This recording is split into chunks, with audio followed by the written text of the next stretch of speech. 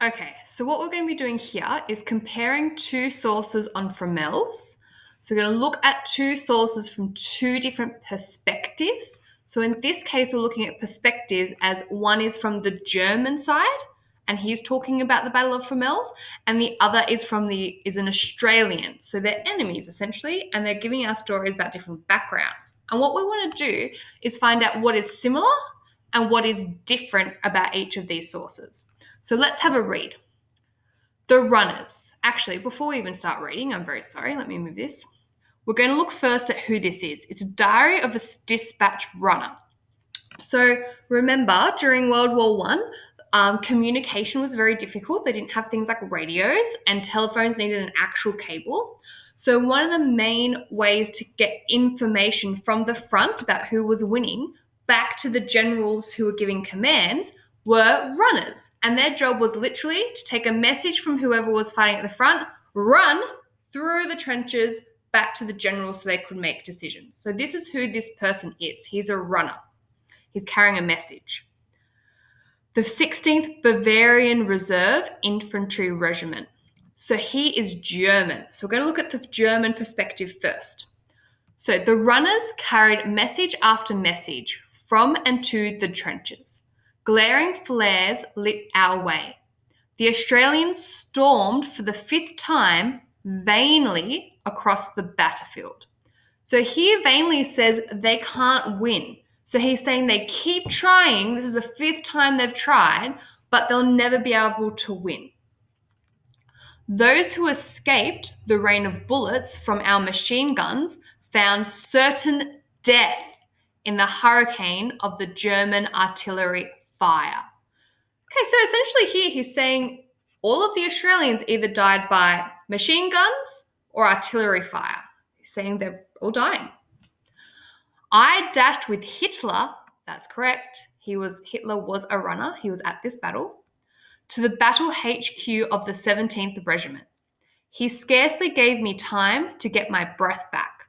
We ran on the 21st Regiment. Grenades chased us through the darkness of the night. We rolled in time with them into a water-filled mine crater. The light of a high-flying flare first gave us an instance of orientation again. Wet through to above the chest, our trousers and shirts stuck to our bodies. And how we froze. The envelope and paper we handed the regimental commander were soggy. He was scarcely able to decipher the report. All right, so let's have a look at what we've learned. We've learned that according to the Germans, most of the Australians were dying, and there was no point in them continuing the attack because they were never going to make it. We've learned what type of weapons were used. We've got machine guns, we've got artillery, we've got grenades. We've learned that it was dark. Then when they're talking about flares, that's the only way they can see. We've learned that there's water-filled mine craters everywhere and people are dashing in them to hide. So now let's compare it to the Australian one. So let's have a look first at who wrote this. Private Walter Downing, describing the 60th Battalion's troops to the German outer trenches across the face of the Sugarloaf. So let's have a look.